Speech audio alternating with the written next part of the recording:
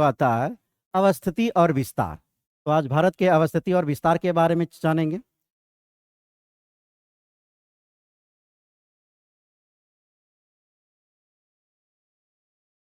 तो सबसे पहले देखेंगे महाद्वीप का विस्तार कैसे हुआ है।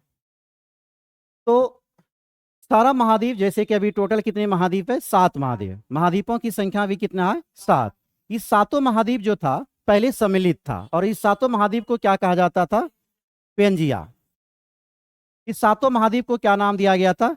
पेंजिया। यह नाम देने का काम किन्होंने किया था? अल्फ्रेड वेगनर ने। इस नाम को किन्होंने दिया था? वेगनर ने दिया था। उसके बाद यहाँ की जो जल वाला क्षेत्र है, इस पेंजिया के अलावे जो जल वाला महासागर वाला क्षेत्र है, इसको क्या नाम दिया गया था? पेंथेलासा। इसको नाम दिया गया था पेंथेलासा। तो जितना सारा महाद्वीप जुड़ा हुआ था उस सभी महाद्वीप को क्या कहा गया? पेंजिया कहा गया। और पेंजिया के अलावे जितना भी आपका जलीय क्षेत्र था उसको क्या नाम दिया गया? पेंथेलासा दिया गया। और इसमें आंतरिक अघटना के कारण इसमें क्या होती है कि पेंजिया 2 भागों में टूट जाता है और 2 भागों में टूटने के बाद पेंजिया, देखेंगे कैसे कैसे ये 2 भाग में आया है। तो पेंजिया जब 2 भाग में टूटती है तो एक का नाम है गोंडवाना लैंड, दूसरा कौन होता है? लॉरेशिया। इसको अंगारा लैंड के भी नाम से जाना जाता है। उत्तरी गोलार्ध को अंगारा लैंड के नाम से भी जाना जाता है। दक्षिणी में किसको क्या कहा जाता है? गोंडवाना लैंड के नाम से जाना जाता है। अब देखेंगे जब अंगारा लैंड विभाजित होता है, सबसे पहले क्या हुआ? पहले पेंजिया विभाजित हुआ। पेंजिया विभाजित होकर कितने भाग में गया? 2 भाग में। एक अंगारा लैंड बना, दूसरा कौन बना? गोंडवाना लैंड। अब आता है कि अंगारा लैंड जब विभाजित होता है तो उसमें कौन कौन महाद्वीप का निर्माण हुआ था? तो अंगारा लैंड में विभाजित होने के बाद कितना कौन कौन महाद्वीप आया? तो इसमें हो गया उत्तरी अमेरिका। उत्तरी अमेरिका हो गया। दूसरा कौन हो गया? यूरोप हो गया। तीसरा कौन हो गया? एशिया हो गया। तो अंगारा लैंड विभाजित होने के बाद उत्तरी अमेरिका का निर्माण हुआ, दूसरा यूरोप का हुआ, तीसरा क्या हुआ? एशिया का निर्माण हुआ। वहीं देखेंगे गोंडवाना लैंड का जब विभाजन होता है तो गोंडवाना लैंड के विभाजन होने के बाद कौन कौन महाद्वीप का निर्माण होता है? तो इसमें कौन हो गया? दक्षिणी अमेरिका हो गया, अफ्रीका हो गया, उसके बाद कौन हो गया? दक्षिणी भारत। ये वाला आपका जो प्रायद्वीप अभी भारत है उसको क्या कहा जाता था? पहले किसका भाग था? गोंडवाना लैंड का भाग था। और एगो आपको महाद्वीप कौन सा बनता है? अंटार्कटिका। तो गोंडवाना लैंड से विभाजित होने के बाद बना दक्षिणी अमेरिका, अफ्रीका, दक्षिणी भारत और कौन बना? अंटार्कटिका। तो लॉरेशिया से विभाजित होने के बाद देखे थे क्या? उत्तरी अमेरिका, यूरोप और क्या आया? एशिया। गोंडवाना लैंड के विभाजित होने से क्या बना? दक्षिणी अमेरिका, अफ्रीका, दक्षिणी भारत और अंटार्कटिका। तो टोटल महाद्वीप की संख्या कितना हो गया? 7। अब महाद्वीप कहाँ किसको जाता है? जो वह बड़ा सा क्षेत्र जो चारों तरफ जल से घिरा होता है उसको क्या कहा जाता है? महाद्वीप कहा जाता है। अब ये महाद्वीप में देखेंगे सबसे बड़ा महाद्वीप कौन सा है?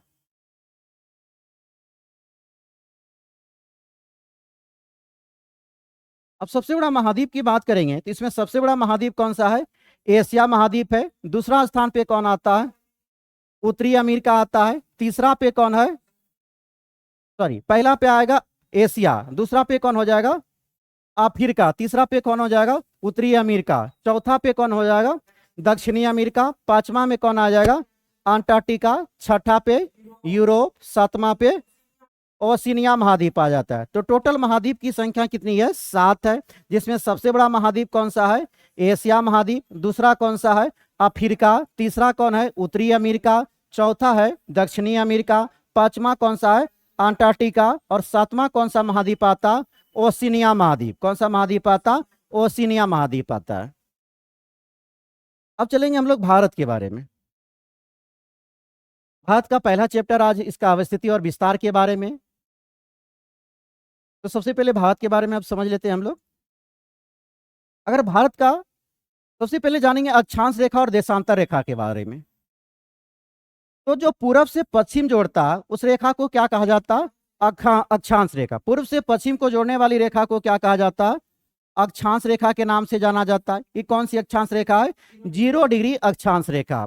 उसके बाद देखेंगे ऊपर पे जाएंगे, या 1 डिग्री हो गया, उसके बाद 2 डिग्री, ऐसे करते करते कितना तक आता है? 90 डिग्री। कितना आता है? 90। उसी तरह नीचे भी आएगा, कितना होगा? 90। तो टोटल अगर अक्षांश रेखा की संख्या पूछा जाए तो कितना होता है आपको? 90 प्लस 90 बराबर कितना हो गया 180। एक 0 डिग्री अक्षांश रेखा जिसको विषुवत रेखा के नाम से भी जाना जाता है, और 0 डिग्री अक्षांश रेखा के ऊपर में कितना हुआ 90, 0 डिग्री अक्षांश के बाद नीचे कितना हुआ 90, 90 को जोड़े कितना हो गया 180, और 0 डिग्री अक्षांश रेखा को जोड़ेंगे तो कितना हो जाएगा 181 हो जाएगा। तो टोटल अक्षांश रेखाओं की संख्या कितना है 181 है। वहीं देखेंगे जो 90 डिग्री वाला अक्षांश रेखा है यह क्या होता है कि पूरी तरह बिंदु के रूप में आता है, इसीलिए कहीं कहीं ऑप्शन में क्या आता 179 लिखा हुआ रहता है। तो इसमें माइनस आपका कौन हो गया दोगो, या 90 डिग्री अक्षांश रहेगा, एगो उत्तरी वाला एगो दक्षिणी वाला, उत्तरी और कौन आता है दक्षिणी। तो आपका ऑप्शन में अगर 181 रहे तो 181 भी होगा, अगर आपका 181 ना रहे कि 179 दे तो आंसर आपका क्या होगा 179 होगा। ये तो जाने हम लोग अक्षांश रेखा के बारे में। अब देखते हैं देशांतर रेखा किसको कहा जाता है। तो उत्तर से दक्षिण में जोड़ने वाली जो भी रेखाएं हैं उस रेखा को क्या कहा जाता है देशांतर रेखा के नाम से जाना जाता है। अगर देशांतर रेखा की संख्या पूछा जाए तो कितना होता है 360। देशांतर रेखा की संख्या कितना है 360। तो अक्षांश रेखा की संख्या 181 और देशांतर रेखा की संख्या कितना है 360। और एक डिग्री अक्षांश के 1 डिग्री में कितना मिनट का अंतर होता है 4 मिनट आता है। अब देखेंगे 1 डिग्री में 4 मिनट आता कैसे है। तो पृथ्वी किधर से किधर घूमती है आपका पश्चिम से पूर्व की ओर घूमती है। तो पृथ्वी आपके किधर से किधर घूमती है पश्चिम से पूर्व की ओर जाती है। पृथ्वी एक चक्कर लगाती है कितना मिनट में आपका 1440 मिनट। कितना मिनट में लगता है 1440 मिनट। अगर यहाँ पे पूछे आपको पृथ्वी का रफ्तार कितना रहता है 1610 किलोमीटर। कितना आता है 1610 किलोमीटर प्रति सेकंड की रफ्तार से चलता है पृथ्वी, और एक चक्कर पूरा करने में कितना लगता है 1440 मिनट। अब यहाँ पे देखेंगे अगर 360 डिग्री घूमने में कितना लग रहा है उसको 1440 मिनट। 1400 कितना लग रहा है 40 मिनट। इसको अच्छे से दिखा देते हैं यहाँ पे।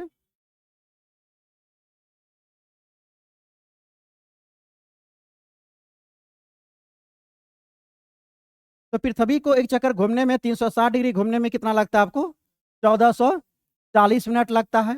वहीं 1 डिग्री घूमने में उसको कितना समय लगेगा 1440 बटे कितना हो जाएगा 360। इसको डिवाइड करेंगे तो कितना आएगा 4 मिनट। मतलब 1 डिग्री में कितना समय आ जाता है आपका 4 मिनट आता है।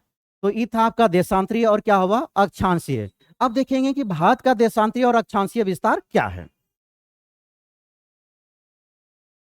अगर भारत के देशांतरीय और अक्षांशीय विस्तार की बात करें तो भारत का अगर अक्षांशीय विस्तार की बात करें कि तो भारत का मुख्य भूमि से कितना होता है 8 डिग्री 4 मिनट से लेकर 37 डिग्री 6 मिनट। भारत का अक्षांशीय विस्तार है 8 डिग्री 4 मिनट से लेकर 37 डिग्री 6 मिनट। यह क्या था मुख्य भूमि से। संपूर्ण भूमि की बात करेंगे जो ये अंडमान निकोबार वाला भारत आता है तो संपूर्ण भूमि का क्या हो जाएगा 6 डिग्री 4 मिनट से लेकर 37 डिग्री 6 मिनट। तो अक्षांशीय विस्तार मुख्य भूमि से कहेगा तो 8 डिग्री 4 मिनट से लेकर 37 डिग्री 6 मिनट, और अगर संपूर्ण भूमि का कहेगा तो 6 डिग्री 4 मिनट से लेकर 37 डिग्री 6 मिनट। यह आपका अक्षांशीय विस्तार हुआ। अब भारत का अगर देशांतरीय विस्तार के बारे में बात किया जाए तो भारत का देशांतरीय विस्तार आपको कितना हो जाएगा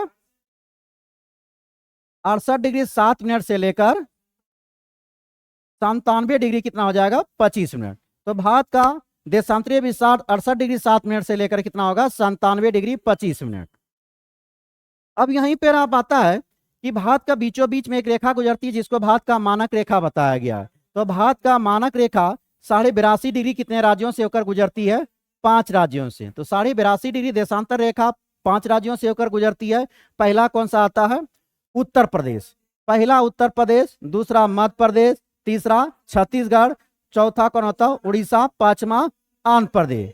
तो 82.5 डिग्री देशांतर रेखा भारत का मानक रेखा माना गया है। कितने राज्यों से गुजरती है 5 रेखा से, उत्तर प्रदेश, मध्य प्रदेश, छत्तीसगढ़, उड़ीसा और आंध्र प्रदेश के नाम से जाना जाता। अब आता है यहाँ पे अगर इन देशांतर रेखा के बीच में डिफरेंट देखा जाए 97 और 68 के बीच में तो आपको लगभग कितना का आता है 30 डिग्री का अंतर आता है। कितना का अंतर आता है 30 का अंतर आता है। और हम लोग जानते हैं 1 डिग्री बराबर कितना मिनट होता है 4 मिनट होता है। तो 30 डिग्री बराबर कितना हो जाएगा 30 × 4 बराबर कितना हो जाएगा 120 मिनट। और 120 मिनट का मतलब क्या हो गया आपको 2 घंटा हो गया। 120 मिनट का मतलब क्या हो गया 2 घंटा। अर्थात इससे यह स्पष्ट होता है कि गुजरात और अरुणाचल प्रदेश की समय में कितना अंतर है? 2 घंटा का अंतर। कितना का अंतर है? 2 घंटा का अंतर है। अब वहीं जानते होंगे कि लंदन का मानक रेखा कितना माना गया? 0 डिग्री अक्षांश रेखा। लंदन का अगर मानक रेखा की बात करें तो कितना है? 0 डिग्री अक्षांश रेखा। अब भारत का अक्षांश रेखा कितना है? 82.5 डिग्री। 82.5 और 0 का अंतर कितना हो जाएगा? 82.5 ही होगा। और 82.5 1 डिग्री का मान कितना होता है? 4 मिनट। तो 82.5 का मान कितना हो जाएगा? 330 आएगा। कितना आएगा आपको? 330 मिनट आएगा। और 330 मिनट को अगर घंटे में चेंज करेंगे, अगर घंटा में चेंज करेंगे तो कितना हो जाएगा? 5 घंटा 30 मिनट। इसीलिए कहा जाता है कि लंदन के समय से भारत का समय कितना आगे है आपका? 5.5 घंटा। यहां से आप लोग स्पष्ट रूप से समझ गए होंगे, क्योंकि लंदन का आपका मानक समय क्या था? 0 डिग्री देशांतर था, और भारत का मानक समय क्या था? 82.5 डिग्री था। दोनों के बीच में डिफरेंस देखेंगे तो कितना होता है? 82.5 का 82.5 को 1 डिग्री का मान कितना होता है? 4 मिनट। दोनों को मल्टीप्लाई करेंगे 330 आएगा। 330 मिनट में आया, उसको घंटे में चेंज करेंगे तो 60 से डिवाइड करेंगे तो कितना हो जाएगा? 5.5 घंटा। मतलब लंदन से भारत का समय कितना आ गया? 5.5 घंटा।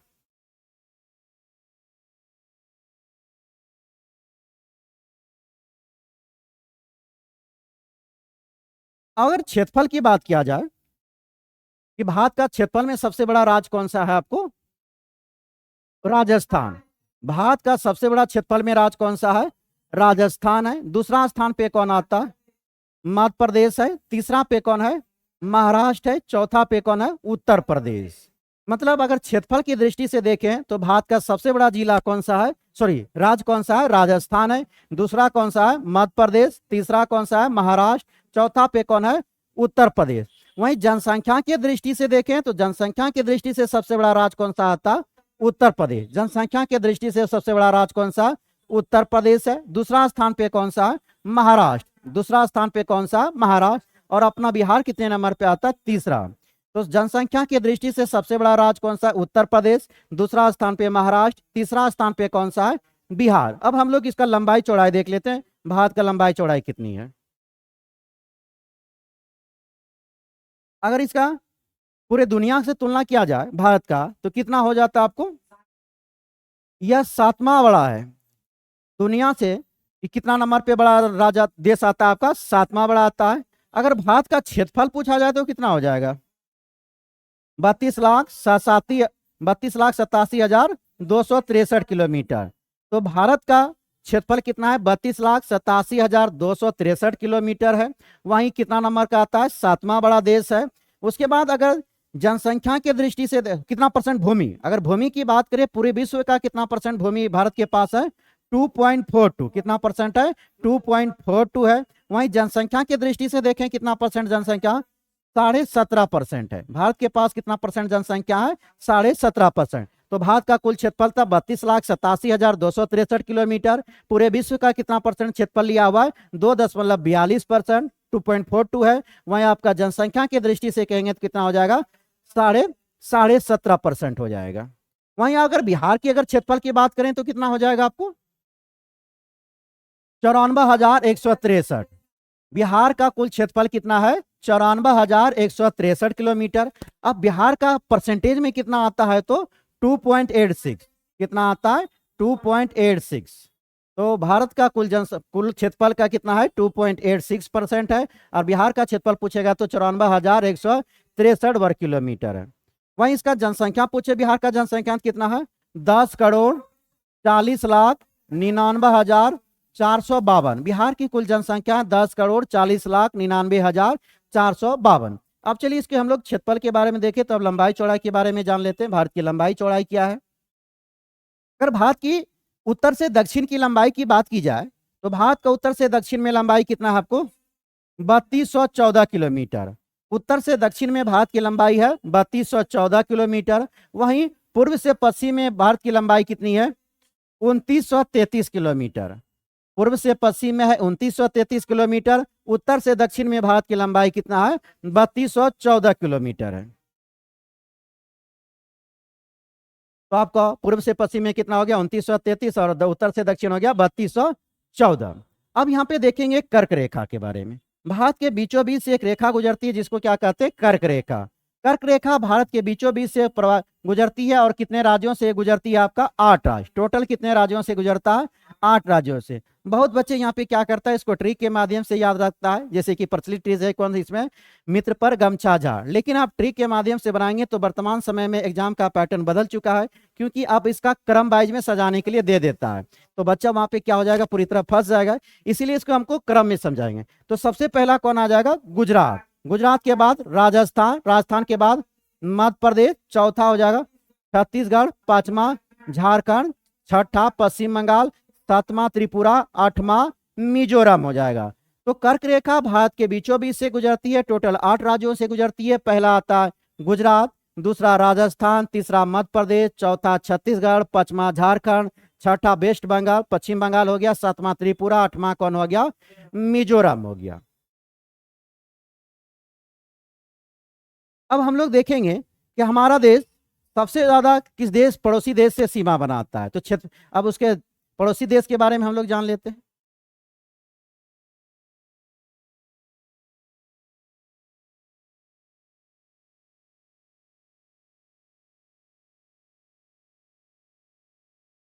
तो सबसे ज्यादा सीमा भारत का किस देश से आपका लगता है? बांग्लादेश से लगता है। भारत का सबसे ज्यादा सीमा अगर पूछा जाए तो किससे लगता है? बांग्लादेश से लगता है। कितना किलोमीटर लगता है? 4096.7 किलोमीटर। 4096.7 किलोमीटर लगता है। वहीं दूसरे स्थान पे कौन आता है आपको? चीन। चीन की सीमा कितना लगता है? 3488 किलोमीटर। चीन की सीमा लगता है 3488 किलोमीटर। तो सबसे ज्यादा सीमा बांग्लादेश से 4096.7 किलोमीटर। चीन से सीमा लगता है 3488 किलोमीटर। वहीं तीसरे स्थान पे देखेंगे तो पाकिस्तान। पाकिस्तान से कितना लगता है? 3323 किलोमीटर। पाकिस्तान से सीमा भारत का लगता है 3323 किलोमीटर। वहीं आप आता है नेपाल। नेपाल की सीमा की बात किया जाए तो 1751 किलोमीटर। भारत का सीमा नेपाल से कितना लगता है? 1751 किलोमीटर लगता है। और म्यांमार की सीमा देखिए तो कितना? 1643 किलोमीटर। म्यांमार की सीमा भारत से कितना लगता है? 1643 किलोमीटर। वहीं भूटान देश की बात किया जाए 699। भूटान की सीमा भारत से कितना लगता है? 699। और लास्ट में आपका कौन सा आता है? अफगानिस्तान। अफगानिस्तान से सीमा कितना लगता है? 106 किलोमीटर। तो भारत का सबसे ज्यादा सीमा किस देश से लगता है? आपका बांग्लादेश से लगता है 4096.7 किलोमीटर। उसके बाद चीन के साथ कितना किलोमीटर लगता है? 3488 किलोमीटर। पाकिस्तान के साथ कितना लगता है? 3323 किलोमीटर। उसके बाद नेपाल का सीमा लगता है 1751 किलोमीटर। म्यांमार की सीमा 1643 किलोमीटर। भूटान की सीमा 699 किलोमीटर। और लास्ट में आपका सबसे छोटा सीमा अफगानिस्तान का कितना लगता है? 106 किलोमीटर। उसके बाद अब देखा जाए कि सबसे ज्यादा सीमा जो बांग्लादेश से लग रहा था, बांग्लादेश का सीमा कितना राज्यों से लगता है? 5 राज्यों से। बांग्लादेश की सीमा कितना राज्यों से लगता? 5 राज्यों। यहां भी हम लोग क्रम से याद करेंगे, जैसे तैसे याद करने के बाद क्या होता है, बच्चे भूल जाते हैं, इसलिए इसको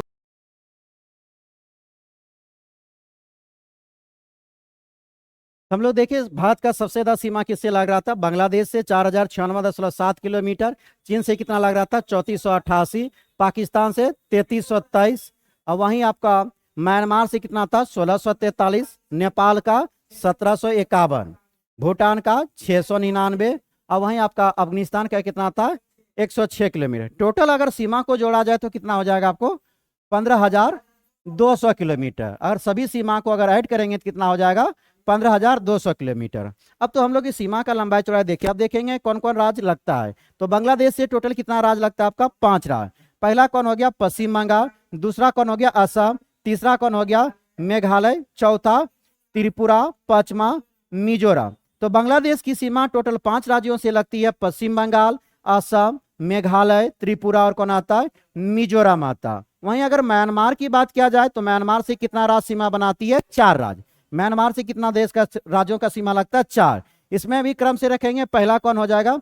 अरुणाचल प्रदेश, नागालैंड, मणिपुर और मिजोरम। अरुणाचल प्रदेश, नागालैंड, मणिपुर और मिजोरम।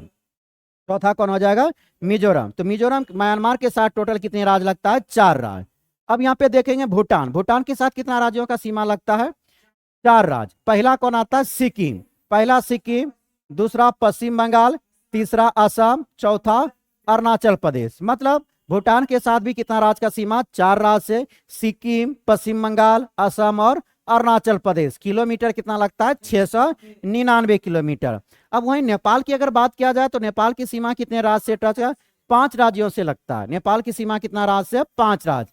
पहला कौन आएगा, उत्तराखंड, उत्तर प्रदेश, बिहार, पश्चिम बंगाल, सिक्किम। उत्तराखंड, उत्तर प्रदेश, बिहार, पश्चिम बंगाल, सिक्किम।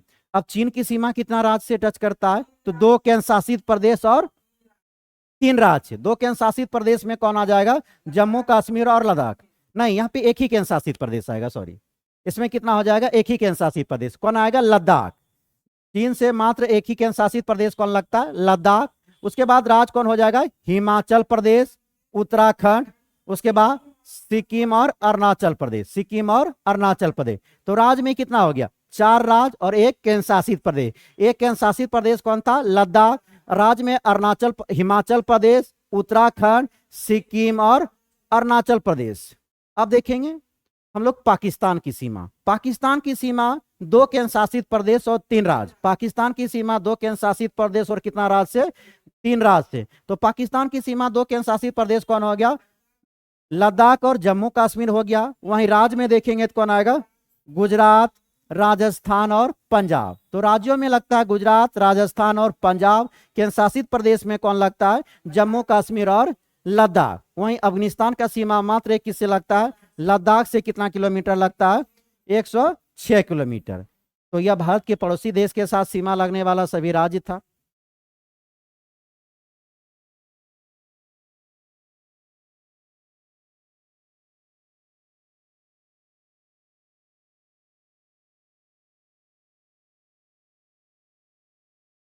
एक बार आप ये देख लेंगे हम लोग,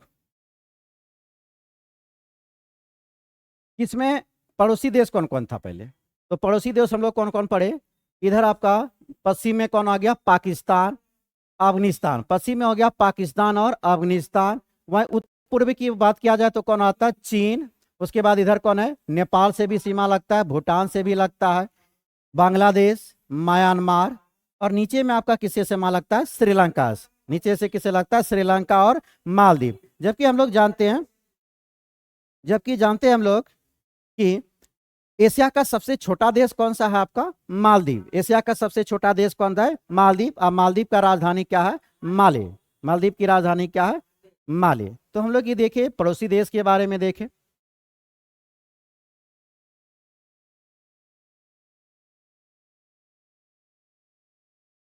चलेंगे। अब इसके बाद हम लोग जानेंगे इसके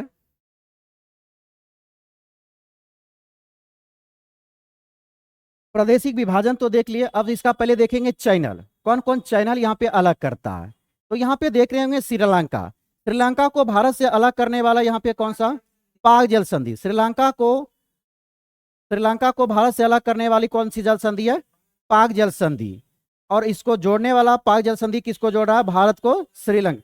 इसको जल को जोड़ने वाला इधर कौन सा सागर हो गया, ये आपका बंगाल की खाड़ी। इधर कौन सी है, बंगाल की खाड़ी। इधर कौन सी होगी, अरब सागर। तो अरब सागर को बंगाल की खाड़ी से जोड़ने का काम कौन कर रहा है, पाक जल संधि। और भूमि को अलग करने वाला कौन हो गया, भारत और श्रीलंका को अलग कर रहा है पाक जल संधि। यहीं पे आपका क्या है, आपका राम सेतु। कौन सा अवस्थित है, राम सेतु। जबकि जानते हैं श्रीलंका का सबसे करीबी राज्य यहाँ पे कौन सा है, जाफना। कौन सी है, जाफना।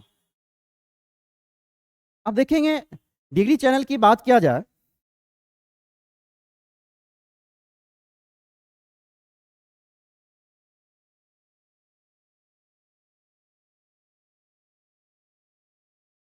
अगर डिग्री के बाद देखेंगे तो यहाँ एक कोको द्वीप पाया जाता। अंडमान के पास कौन सा द्वीप पाया जाता, कोको द्वीप। इस पे किसका अधिकार है, म्यांमार। कोको द्वीप का किसका आविष्कार है, अधिकार किनका है, म्यांमार का। यहाँ पे एक 10 डिग्री चैनल पार करती। कौन सी डिग्री चैनल पार करती, 10 डिग्री चैनल पार करती। किसको किसको अलग करती है, लिटिल अंडमान।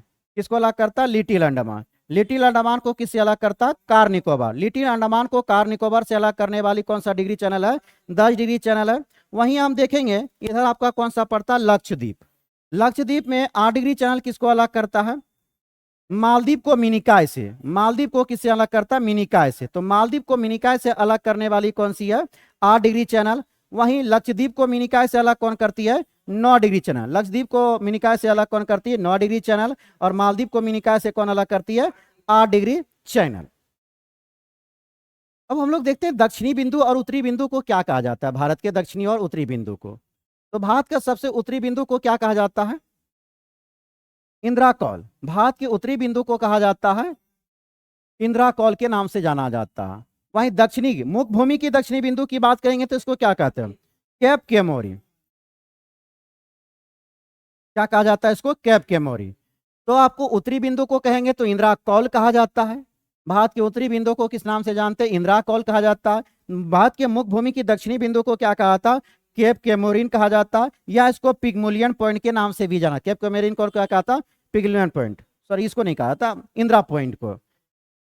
तो वहां पे वही संपूर्ण अगर भारत की दक्षिणी भाग की बात करेंगे तो दक्षिणी भाग सबसे इसका कौन सा आता है? इंदिरा कौल। इंदिरा पॉइंट क्या आता है? इंदिरा पॉइंट। इंदिरा कौल कौन था? ऊपर वाला। सबसे उत्तरी बिंदु कहेंगे तो इंदिरा कौल, और सबसे दक्षिणी बिंदु कहेंगे तो इंदिरा पॉइंट आता है।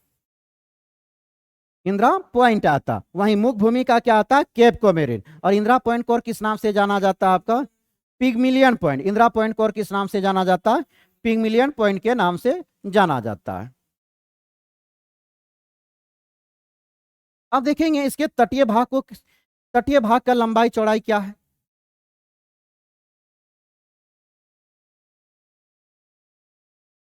तो भारत के स्थलीय क्षेत्रफल की बात किया जाए तो कितना लगता है? 15,200 किलोमीटर। 15,200 किलोमीटर स्थलीय सीमा की क्षेत्रफल पूछेगा तो कितना आता है? 15,200 किलोमीटर होता है। वहीं तटीय भाग की लंबाई पूछेगा तो कितना आता है? 6100। तटीय भाग की लंबाई कितना होता है? 6100 किलोमीटर होता है। वहीं अगर सभी द्वीप को लगाकर पूछा जाए तो कितना हो जाएगा? 7516.6। तो क्या क्या देखें यहाँ पे? मुख भूमि जो इसका स्थलीय पार्ट था, स्थलीय भाग की लंबाई कितना हो जाएगा? क्षेत्रफल कितना हो जाएगा? 15,200 किलोमीटर। इसकी तटीय भाग की लंबाई कहेगा तो 6100 किलोमीटर हो जाएगा। और द्वीप सहित कहेंगे तो कितना हो जाएगा? 7516.6 किलोमीटर आता है। अब तटीय भाग की बात हो रही है तो तट भाग में आपका कितना राज पड़ता है? 9 गो राज है। तट में कितना राज है? 9 राज है। उधर आपका स्थलीय में कितना आ जाता है? 16 राज। पड़ोसी देश की सीमा कितना लगता है? 16। पहले यही कितना था? 17 था, लेकिन जब जम्मू कश्मीर केंद्र शासित प्रदेश में बदल गया तो कितना हो गया? 16 हो गया। अब इसमें देखेंगे इसके तटीय भाग को क्या क्या कहा जाता है। तो सबसे पहले देखेंगे गुजरात। गुजरात को किस नाम से जाना जाता है आपको? काठियावाड़ा। काठियावाड़ा क्षेत्र। गुजरात को किस नाम से जाना जाता? काठियावाड़ा क्षेत्र कहा जाता। वहीं महाराष्ट्र और गोवा को सम्मिलित रूप से क्या कहा जाता है? कोंकण तट। क्या कहा जाता? कोंकण तट के नाम से जाना जाता। वहीं आप देखेंगे कर्नाटक को क्या कहा जाता? कन्नड़ तट। कन्नड़ या क्या कहता? केनरा तट। कन्नड़ या क्या कहता? केनरा तट। तो गुजरात को क्या कहा गया? काठियावाड़ा क्षेत्र। महाराष्ट्र और आपका गोवा को क्या कहा गया? कोंकण तट। कर्नाटक को क्या कहा जाता? कन्नड़ या केनरा तट। वहीं आप तक केरला को क्या कहा जाता? मालाबार तट के नाम से जाना जाता है। केरला को क्या कहता? मालाबार। अब आते हैं हम लोग पूर्वी में। ये तो हम लोग देखे पश्चिमी क्षेत्र का देखें, अब आते हैं पूर्वी को। तो पूर्वी में तमिलनाडु को क्या कहा जाता है आपको? कोरोमंडल तट। कोरोमंडल के नाम से जाना जाता। तमिलनाडु वाले क्षेत्र को क्या कहा था? कोरोमंडल तट कहा जाता। वहीं आंध्र प्रदेश वाले को कहेगा तो क्या कहा जाता? उत्तरी सरकार तट के नाम से जाना जाता है। तो आंध्र प्रदेश को उत्तरी सरकार के तट के नाम से जाना जाता। उत्तर उड़ीसा को यहाँ पे क्या कहा जाता? उत्कल तट के नाम से जाना जाता है। तो उड़ीसा को उत्कल तट कहा जाता है। तो हम लोग देखें प्रायद्वीपीय भारत को अलग अलग नामों से अलग अलग जगह जाता है। तो गुजरात को किस नाम से हो गया? काठियावाड़ा तट हो गया। महाराष्ट्र और गोवा को क्या कहा गया? कोंकण तट। कर्नाटक को क्या कहा गया? कन्नड़ या केनरा तट कहा गया। केरला को क्या कहा गया? मालाबार तट। उसके बाद आएंगे यहाँ पे तो तमिलनाडु को क्या कहा जाता है? कोरोमंडल तट के नाम से जाना था। आंध्र प्रदेश को उत्तरी सरकार तट क्या कहा जाता? उत्तरी सरकार तट के नाम से जाना जाता। वहीं उड़ीसा को किस नाम से जाना जाता? उत्कल तट के नाम से जाना जाता है। तो टोटल तटीय राज आपका कितना है? 9 तटीय राज है। अब इसी में देखेंगे हम लोग कि 5 ऐसे राज है ना तो वह अंतर्राष्ट्रीय देश से सीमा बनाती, किसी अन्य देश से सीमा बनाती है, ना ही वह जल के साथ लगती है। तो वह पांचों राज्य कौन कौन सा है आपका? तो पहला कौन हो गया? हरियाणा, हरियाणा। दूसरा कौन हो गया? मध्य प्रदेश। तीसरा कौन हो गया? छत्तीसगढ़। चौथा तेलंगाना। चौथा कौन हो गया? तेलंगाना। पांचवा में कौन आ जाएगा? झारखंड। तो पांचों राज्य ऐसा है जो ना किसी अंतर्राष्ट्रीय सीमा से लगता है, ना किसी जल से लगता है। तो पहला कौन हो गया? हरियाणा, मध्य प्रदेश, छत्तीसगढ़, तेलंगाना और कौन हो गया? झारखंड। इसकी सीमा किसी अन्य देश से नहीं लगता। यहां पे आप देख रहे होंगे जब हम लोग बांग्लादेश की चर्चा किए थे तो सबसे ज्यादा सीमा किससे लग रहा था? बांग्लादेश से। तो यहाँ पे देखेंगे एक त्रिपुरा राज्य है जो तीनों तरफ से किससे घिरा हुआ है? बांग्लादेश। तो त्रिपुरा भारत का एक ऐसा राज्य है जो तीनों तरफ किससे घिरा हुआ है? बांग्लादेश से घिरा हुआ है। वहीं देखेंगे इसका दो सीमा किससे लग रहा है? एक असम से लग रहा है, दूसरा किससे लग रहा है? मिजोरम से। एक असम हो गया, दूसरा कौन हो गया? मिजोरम। और तीनों तरफ किससे घिरा हुआ है? वह बांग्लादेश से घिरा हुआ है। चलेंगे अब हम लोग जान लेते हैं इसके बारे में। यहाँ पे पुडुचेरी को देख रहे होंगे।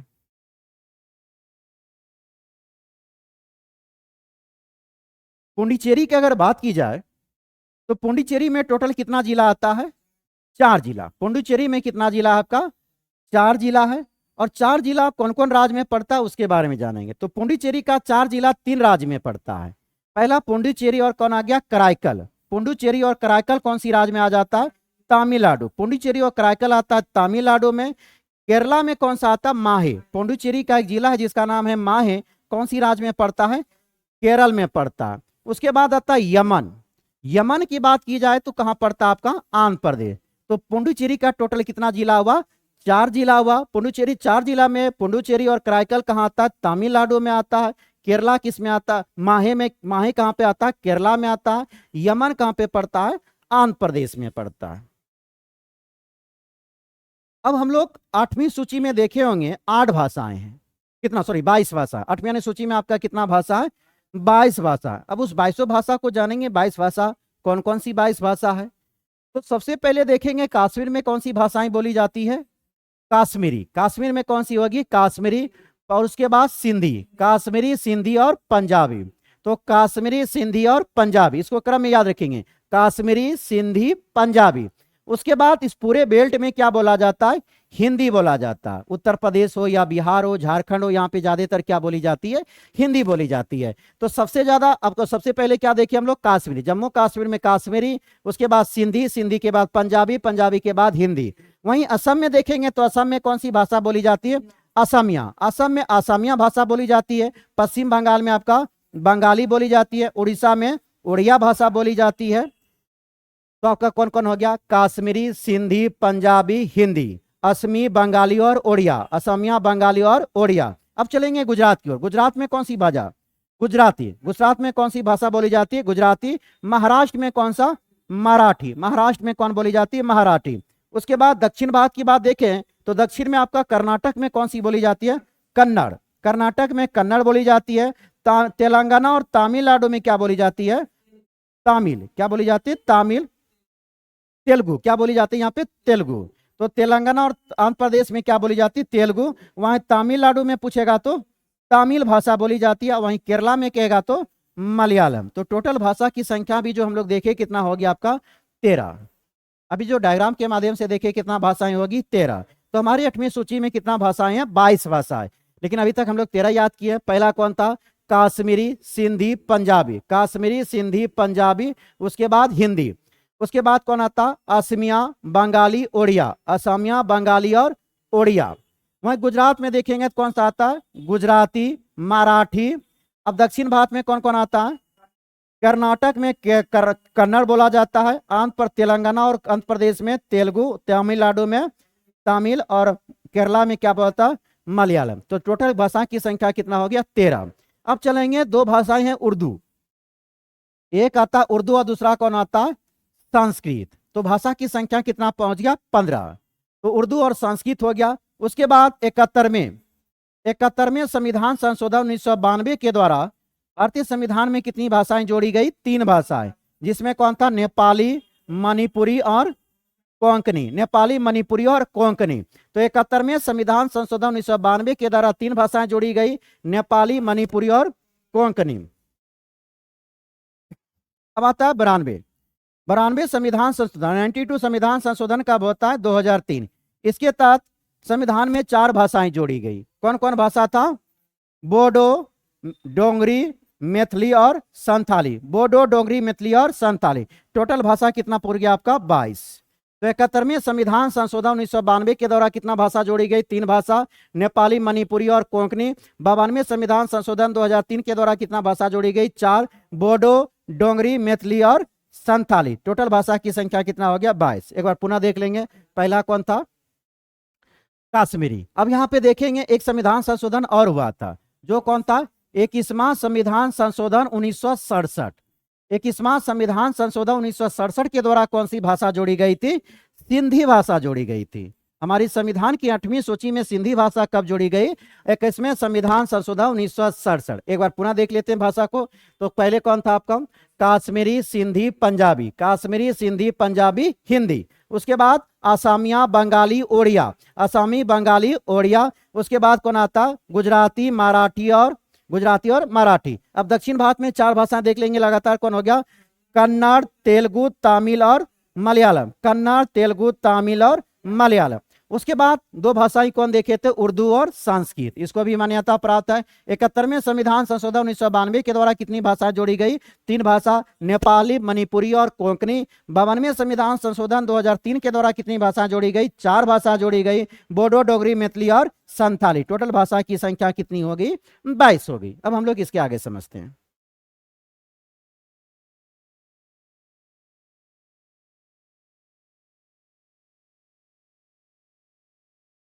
अब यहां पे देखेंगे सभी देश के साथ अलग अलग सीमा है। जूम कर देते हैं इसको।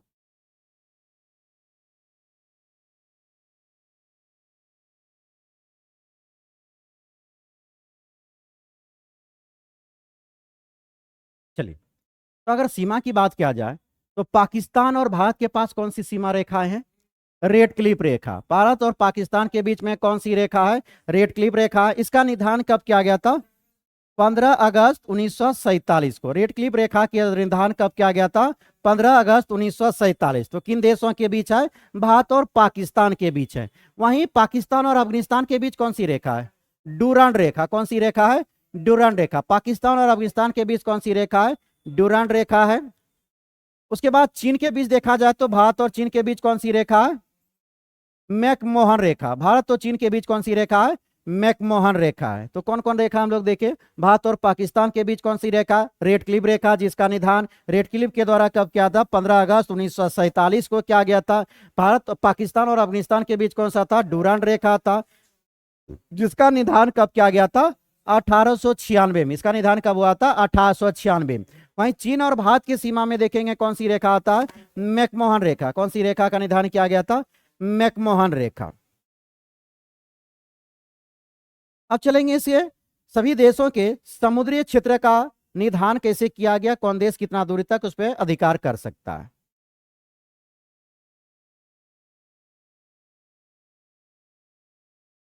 तो देखेंगे तो एक समझौता हुआ था 1982 में। अनक्योलस कब होता? 1982। एक समझौता किया गया था 1982 में, जिसका नाम था United Nation convention law of sea. United Nation convention law of sea कब होता है? 1982। यह समुद्री समझौता हुआ था 1982 में, जिसमें समुद्र का निधान किया गया था सभी देशों के बीच में। इसमें 3 गो आया। पहला क्या था? प्रादेशिक सीमा, प्रादेशिक क्षेत्र का निधान किया गया। दूसरा क्या था?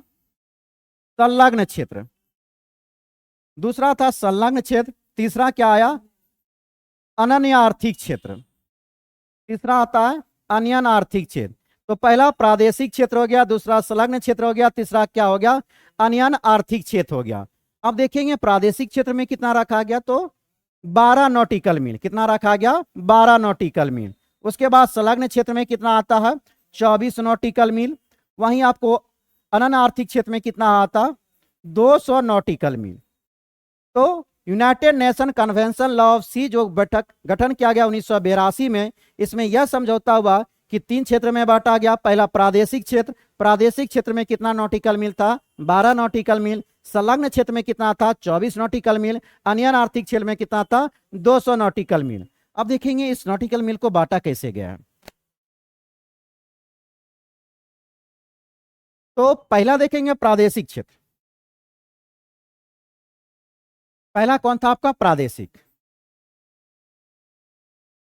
प्रादेशिक क्षेत्र कितना था आपका? 12 नॉटिकल मील था।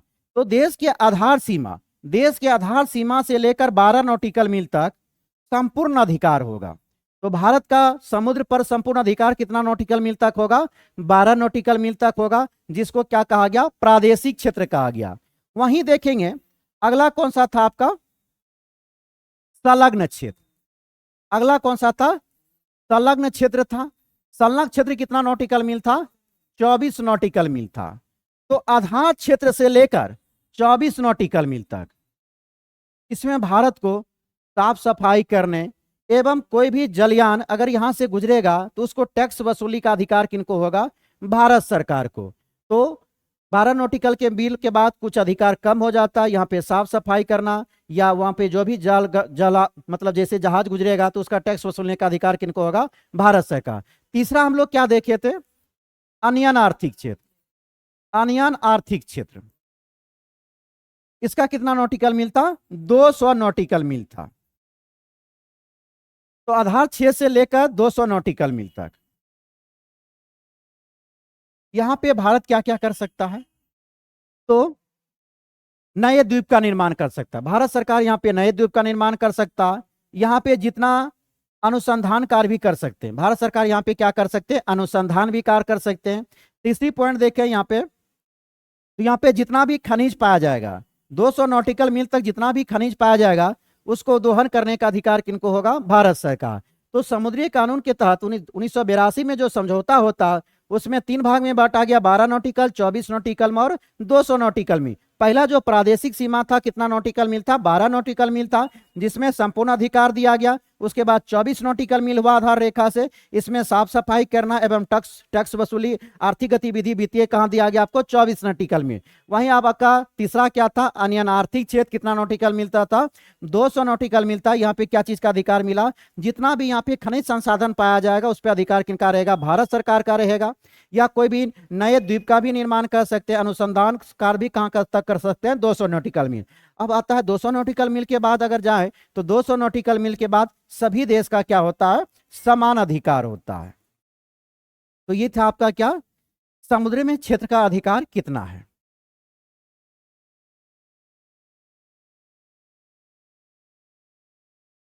अब हम लोग जानते हैं हिमालय, हिमालय पर्वत के बारे में आप लोग बहुत ही सुने होंगे।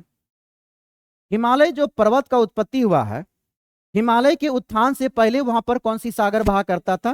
टेथिस सागर। कौन सी सागर था? टेथिस सागर। तो हम लोग देखे कुछ देर पहले देखे थे कि एक गोंडवाना लैंड और दूसरा कौन सा था? अंगारा लैंड। तो भारत का जो दक्षिणी वाला पार्ट था, ये वाला पार्ट कौन सा था आपका? जैसे कि हम यहाँ पे मानचित्र पे बता सकते हैं आपको। नीचे वाला पार्ट कौन सा था आपका? गोंडवाना लैंड। नीचे वाला कौन सा था? गोंडवाना लैंड। और ऊपर पे आपका कौन सा था? अंगारा लैंड। ये वाला पार्ट कौन सा था? अंगारा लैंड था। ये आपका कौन था? गोंडवाना लैंड। और यही बीचों बीच से कौन सी सागर बह रही थी? टेथिस नामक सागर। तो बीचों बीच से टेथिस नामक सागर बह रही थी। ऊपर में कौन सा प्लेट आता? Eurasian plate. Eurasian plate. ऊपर पे कौन सी प्लेट था? Eurasian plate. और इसको कौन सा प्लेट कहा गया? Indian plate. तो यूरेशियन प्लेट और इंडियन प्लेट दोनों एक दूसरे की ओर क्या हो रहा था? आकर्षित हो रहा था। जैसे कि यूरेशियन प्लेट इधर की ओर आ रही थी, और जबकि आपका दक्षिण भारत का जो पार्ट टूटा हुआ था वो किधर की ओर जा रही थी? उत्तर की ओर। किधर की ओर जा रही थी? उत्तर की ओर। और इसी बीच में कौन सा बह रही थी? आपका टेथिस नामक सागर। तो जितना भी आपका यहां से नदी प्रवाहित होने वाली नदियां थी वो सारे अपना मलबा कहां पे गिराती थी? टेथिस नामक सागर में। वहीं जो यूरेशियन प्लेट से जितना भी नदी प्रवाहित होती थी वह भी अपना मलबा कहां पे गिराती थी? टेथिस सागर में। अधिकांश सैकड़ों वर्ष तक वहां पे मलबा जमा होते होते वहां पे दबाव बनता है। टेथिस नामक सागर में दबाव होता है और दबाव बनने के कारण वह भूमि क्या हुआ, धंसता हुआ चला गया। भूमि धंसता हुआ चला गया, जगह क्या हुआ, सकरा। जैसे कि देखेंगे दोनों प्लेट क्या हो रहा है, उधर से यूरेशियन प्लेट आ रहा है, इधर से इंडियन प्लेट जा रहा है, बीच में कौन सा है, टेथीस सागर, वहां पे मलबा जमा हो रहा है। धीरे धीरे मलबा जमा होने के बाद उसका नीचे की ओर धंस रहा है और दोनों प्लेट क्या हो रहा है, करीब की ओर आ रहा है। यही होते होते अचानक क्या होता है, यहाँ पे हिमालय पर्वत का उत्पत्ति होता है। कहां पे होता है, आपका टेथीस नामक सागर में। तो टेथीस सागर में जो अभी वर्तमान में क्या देख रहे हैं हम लोग, हिमालय पर्वत। कौन सा पर्वत है, हिमालय पर्वत। अगर हिमालय पर्वत की बात करें तो भारत में इसका विस्तार कितना किलोमीटर है, आपका 2500 किलोमीटर। हिमालय पर्वत का विस्तार भारत में कितना किलोमीटर है, 2500 किलोमीटर है। यहाँ पे एक पाई जाती नागा पहाड़ी। कौन सी पहाड़ी है, नागा पहाड़ी है। और एक अरुणाचल प्रदेश में एक पहाड़ी आती है जिसका नाम क्या है, नमचा बर्मा। कौन सी बर्मा है, नमचा बर्मा। तो अरुणाचल प्रदेश में नमचा बर्मा और इधर आपका जम्मू कश्मीर के आसपास कौन आता है, नागा।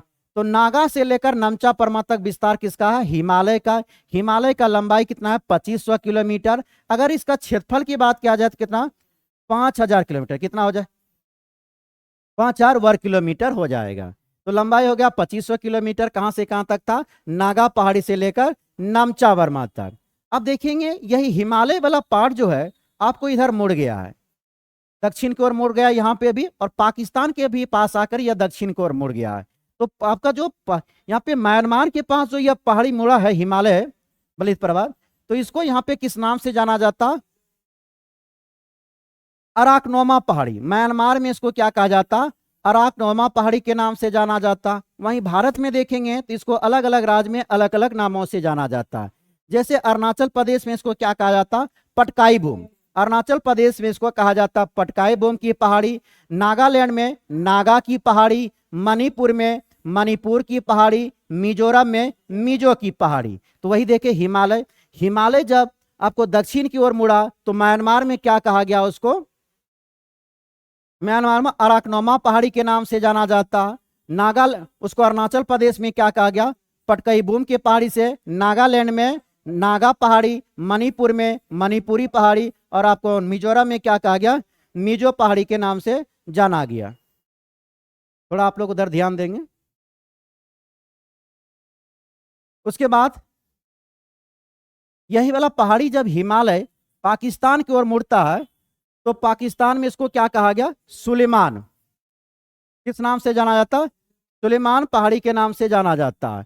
वही पहाड़ी हिमालय जब आपका पाकिस्तान होते हुए कहां पर, अफगानिस्तान में, तो उसको क्या कहा जाता है, हिंदू कुश पर्वत। तो देखिए क्या, हिमालय अलग अलग जगह पे अलग अलग नामों से जाना जाता है। हिमालय की लंबाई कितनी थी, 2500। वहीं आपको इसका क्षेत्रफल पूछेगा तो 5000 वर्ग किलोमीटर है। जब वह म्यांमार में गए तो किस नाम से हो गया, अराकनोमा पहाड़ी के नाम से। पाकिस्तान में किस नाम से जाना गया, सुलेमान पहाड़ी के नाम से। पाकिस्तान की दो पहाड़ियां देखे तो एक तो कौन था यहाँ पे, सुलेमान पहाड़ी, और एक यहाँ पे कौन था, किरथर की पहाड़ी। इसी के बीच में कौन सा था, हिस्ट्री जब पढ़ रहे थे हम लोग तो कौन था, मेहरगढ़। कौन सा था, मेहरगढ़। पहली बार कृषि का प्रमाण कहाँ से मिला था, मेहरगढ़ से मिला था। और अफगानिस्तान में आपका कौन सी पहाड़ी हो गया, यहाँ पे हिंदू कुश पर्वत। भारत पर जितना भी आक्रमण, विदेशी आक्रमण हुआ है, हिंदू कुश पर्वत के कौन सी दर्रा से हुआ, खैबर दर्रा से। कौन सी दर्रा से हुआ, खैबर दर्रा से हुआ है।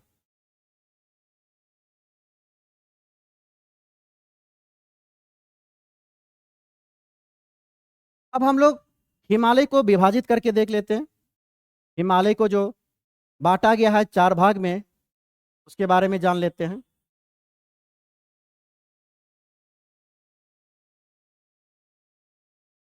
तो हिमालय को सबसे पहले जो ऊपर में था आपका कौन सा हिमालय आता, ट्रांस हिमालय। यहाँ पे देखेंगे 3 श्रेणियां आती है। एक कौन था आपका, काराकोरम, दूसरा लद्दाख, तीसरा कौन होता है, जास्कर। ये ऊपर वाले पार्ट को ही क्या कहा जाता है, ट्रांस हिमालय। तो ट्रांस हिमालय में कौन कौन आ गया, काराकोरम, लद्दाख और जास्कर। तो एक देखे होंगे कि पाकिस्तान में एक महत्वपूर्ण नदी कौन सी है आपका, सिंधु नदी। सिंधु नदी किधर से होकर प्रवाहित होती है, लद्दाख और जास्कर के बीच से। किधर से प्रवाहित होती है, लद्दाख और जास्कर से। तो पहले हम लोग कौन देखे, ट्रांस हिमालय। ट्रांस हिमालय के बाद कौन सा हिमालय आता है आपका, बृहद हिमालय। ट्रांस हिमालय को कौन सा आया पहले, उसके बाद बृहद हिमालय। बृहद हिमालय को और किस नाम से जाना था, सर्वोच्च हिमालय। या हिमाद्री हिमालय। बृहद हिमालय को सर्वोच्च हिमालय या क्या कहता है, हिमाद्री हिमालय के नाम से जाना जाता है। उसके बाद कौन आता है आपका, उसके बाद आता मध्य या लघु हिमालय। एक हिमालय हुआ मध्य या क्या कहता, लघु हिमालय। और सबसे नवीनतम हिमालय पूछेगा कौन सा आपका, शिवालिक हिमालय। सबसे नवीनतम कौन सा है, शिवालिक हिमालय। तो सबसे पहले कौन सा देखे, ट्रांस हिमालय। ट्रांस हिमालय के कौन बाद आया, बृहद हिमालय। और बृहद हिमालय को और क्या कहता, सर्वोच्च हिमालय। सभी हिमालय में अगर सबसे ज्यादा ऊंचा पूछा जाए तो कौन सा है, बृहद हिमालय या सर्वोच्च हिमालय। इसकी औसतन ऊंचाई कितना है, 6000, कितना मीटर है, 6000 मीटर है। तो सबसे हिमालय में सबसे ऊंचा कौन सा है, बृहद या सर्वोच्च हिमालय हो गया। उसके बाद कौन आता, मध्य या लघु हिमालय। और सबसे नवीनतम एवं बाह्य हिमालय किसको कहा जाता है, शिवालिक हिमालय। किसको कहा जाता है, शिवालिक हिमालय को कहा जाता है। उसके बाद अगर देखें नदी के आधार पर हिमालय को बांटा जाए, तो नदी के आधार पर हिमालय को बांटने का काम किन्होंने किया था, सिडनी बुराड ने। किन्होंने किया था, सिडनी बुराड। तो नदियों के आधार पर हिमालय को 4 भाग में बांटा गया सिडनी बुराड के अनुसार। तो पहले यहाँ पे कौन सी नदी बह रही है, सिंधु नदी, सिंधु। उसके बाद कौन आता है, सतलज। सिंधु और सतलज नदी के बीच को क्या कहा जाता, काश्मीर हिमालय, काश्मीर या क्या कहा था, पंजाब हिमालय। तो सिंधु और सिंधु और सतलज के बीच ये कौन सी नदी हो गई, सतलज। तो सिंधु और सतलज के बीच में जो हिमालय पड़ता है उसको क्या कहता, काश्मीर या पंजाब हिमालय। उसके बाद एक यहाँ नदी आती है जिसका नाम क्या है, काली नदी। तो सतलज या काली नदी के बीच के हिमालय को क्या कहता, कुमायूं हिमालय। कौन सी हिमालय कहा था, कुमायूं हिमालय। तो सबसे पहले सिंधु और सतलज के बीच में क्या कहा गया, काश्मीर या पंजाब हिमालय। वहीं सतलज से काली के मध्य को कहा गया कुमायूं हिमालय। उसके बाद एक नदी आता है जिसका नाम क्या है, तीस्ता। तो काली और तीस्ता के बीच में हिमालय को क्या कहा जाता है, नेपाल हिमालय। और सभी हिमालय में अगर देखा जाए सबसे लंबा कौन सा हिमालय है, नेपाल हिमालय, जिसकी लंबाई कितना है, 800 किलोमीटर है। उसके बाद तीस्ता के बाद एक अरुणाचल प्रदेश में कौन सी नदी आती है, दिहांग नदी आती है। अरुणाचल प्रदेश में कौन सी नदी आती है, दिहांग नदी। तो तीस्ता और दिहांग नदी के बीच को कौन सा हिमालय कहा जाता, असम हिमालय के नाम से जाना जाता है। इसकी अगर लंबाई की बात करें तो कितना है, 720 मीटर है। तो हम लोग देखें नदियों के आधार पर 4 भाग में बांटने का काम किन्होंने किया, सिडनी बुराड ने किया। सिंधु से सतलज नदी के बीच में हिमालय को क्या कहा गया, काश्मीर या पंजाब हिमालय। सतलज से काली नदी के बीच को क्या कहा गया, कुमायूं हिमालय। काली से तीस्ता नदी के बीच को क्या कहा गया, नेपाल हिमालय। काली से तीस्ता के बीच में नेपाल हिमालय। और तीस्ता से दिहांग के बीच को क्या कहा गया, असम हिमालय के नाम से जाना गया। तो इसमें सबसे लंबा कौन सा था आपका, नेपाल हिमालय। अब हम लोग दक्षिण भारत के प्रायद्वीपीय भाग के बारे में कुछ विशेष जानकारी जान लेते हैं।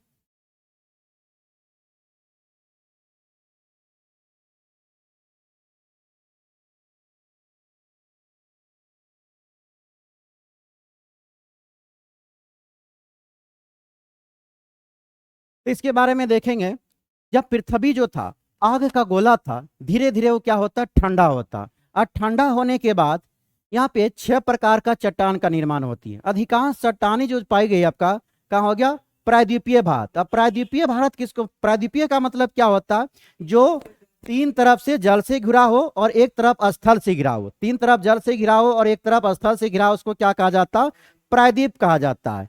प्रायद्वीप में देखें कि अनेक आपका जब पृथ्वी ठंडा होता है, ठंडा होने के बाद कितना प्रकार के चट्टान का निर्माण होता है, 6 प्रकार के चट्टान का निर्माण होता है। सबसे पहले कौन सा चट्टान आता है, आर्कियन कर्म की चट्टान। आर्कियन कर्म की चट्टान जो सबसे पुराना था। आर्कियन कर्म की चट्टान क्या है, सबसे पुराना है। दूसरा कौन सा है, दूसरा आता धारवाड़, धारवाड़ कर्म की चट्टान। उसके बाद तीसरा कौन आया, कुडप्पा। कौन सा था, कुडप्पा कर्म की चट्टान।